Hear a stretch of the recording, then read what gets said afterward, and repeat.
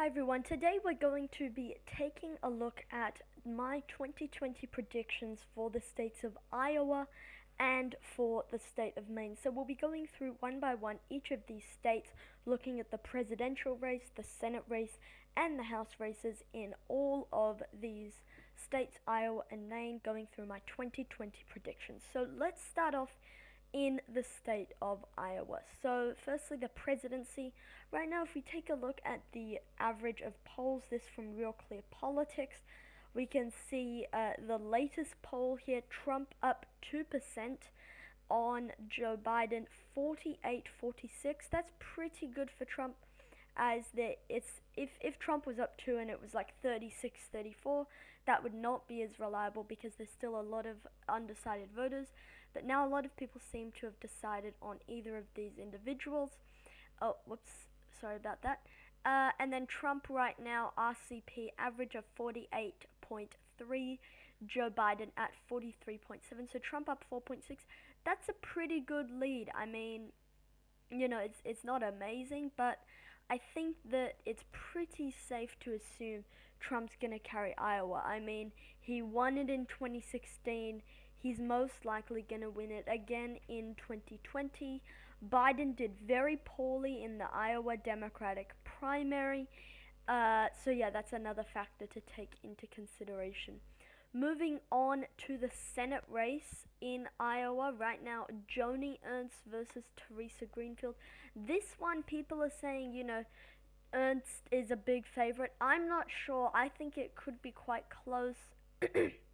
I think Trump is definitely a better candidate than Ernst, and Greenfield is a better candidate than Biden, meaning I think that the Senate race will be a lot tighter and more likely to go Democratic than the presidential race in Iowa. However, at the same time, we do need to give an edge to Joni Ernst just by looking at the polling. This from 538. Right now, Ernst +7, Ernst +6, Ernst +1. So yes, the margin is decreasing. The most latest poll, that was actually a Democratic poll, PPP, is actually quite Democratic leaning. So Greenfield and Ernst, it is tightening, but it's important to note 43-42. That's a lot of undecided voters, meaning that I think that a lot of those undecided voters are going to come home to the Republican Party.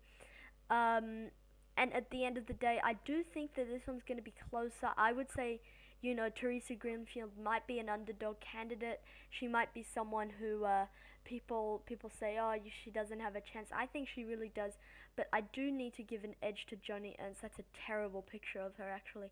I should have changed that picture. Sorry about that, but we'll just move on to the House races right now. So if we look at, I believe this is district number 2, the Steve King district. So here's the thing with Steve King.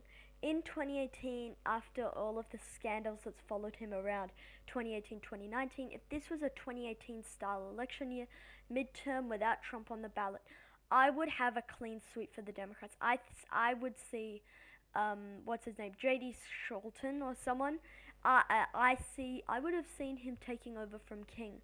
However, given the fact that Trump is on the ballot and the Senate is also on the ballot, I think that in the end we're gonna see a narrowly go to the Republican incumbent Steve King. Now, I think this is probably, and then all the rest also going to the Democrats. So one of these is just safe Democratic. The other two were gains from the Democrats in 2018. One of them was a very easy gain, +10. I believe that was the Abby Finkenauer district. I believe that was Iowa 1.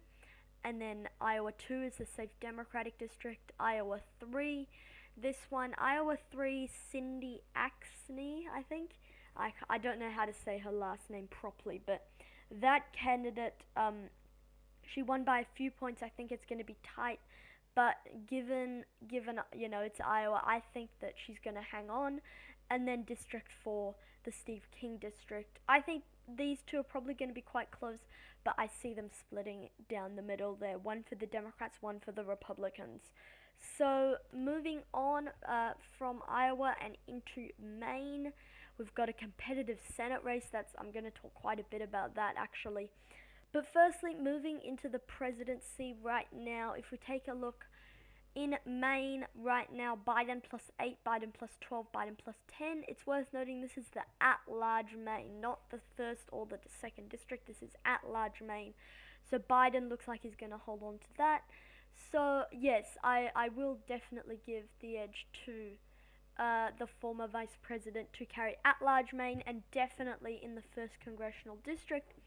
I do see Trump, though, hanging on in the second district, and I'm going to come on to the House races actually in Maine after we do the Senate races.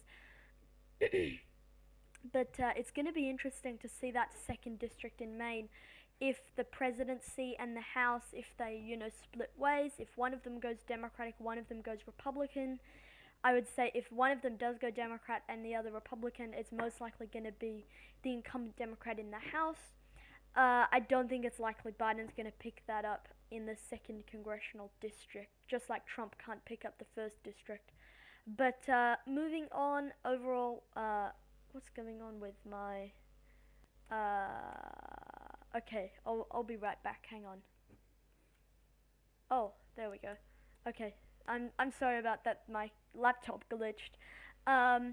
Sorry about that, I'll probably cut that out. Okay, so yeah, back to Joe Biden. We see Joe Biden winning in the state of Maine, the at-large, and the first district, Trump winning in the second congressional district. Moving on to the Senate race in the state of Maine. This one's quite important. It could very well be the tipping point for the balance of power in the Senate. And if Democrats want to pick up the Senate control, they're gonna have to win this seat. So, I think this is going to be razor tight. So, Collins versus Gideon right now. So, excuse me. Susan Collins right now, obviously, you all know she's the senator, Republican senator from Maine. She's heavily disliked. She used to be one of the most popular senators in the country among her own constituents, but now she is definitely underwater, and she's underwater big time, and this is definitely gonna be her hardest re-election if she does get re-elected in the end. But Sarah Gideon right now, 42.5 versus 45.0. So Sarah Gideon having a lead. The fact that an incumbent senator can't even manage to get 43% of the vote in her state, that is quite surprising to me, in that I would have thought that the incumbent would do better. I can see these kind of numbers if both of them were about 42-43, if both were non-incumbent, if it was an open race.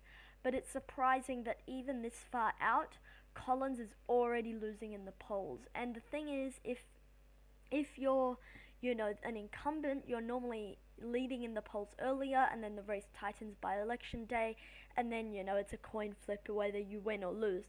But the fact that Gideon is already leading, that should set alarm bells ringing in Collins' headquarters. And so I think that she's getting nervous because Sarah Gideon, well known in Maine, she's the Speaker of the House.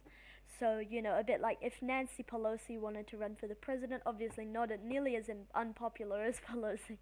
But Sarah Gideon, establishment favorite, not necessarily progressive in any sense of the word, but I think she should do well in Maine, and I think that I think that especially in an election year, maybe in an off year I could see Collins winning, but in an election year, I do see Sarah Gideon being the next senator from Maine. So that's quite a development there in Maine politics. Moving on to the House races. Right now, I see it splitting down the middle. Again, one Democrat, one Republican. So that would mean actually the Republicans they're actually going to pick up Jared Golden's seat. I see them doing that right now. Jared Golden won by a whisker last time. I see Trump, given the fact that he will be on the ballot in Maine, I do think, and he's popular in the second district, I do think Golden, even with ranked choice voting, I think Golden will come up short. So that's it for today's video, guys. Thank you very much for watching. I hope you enjoyed it, and I do hope to see everyone in the next video. Thank you for watching, and good night.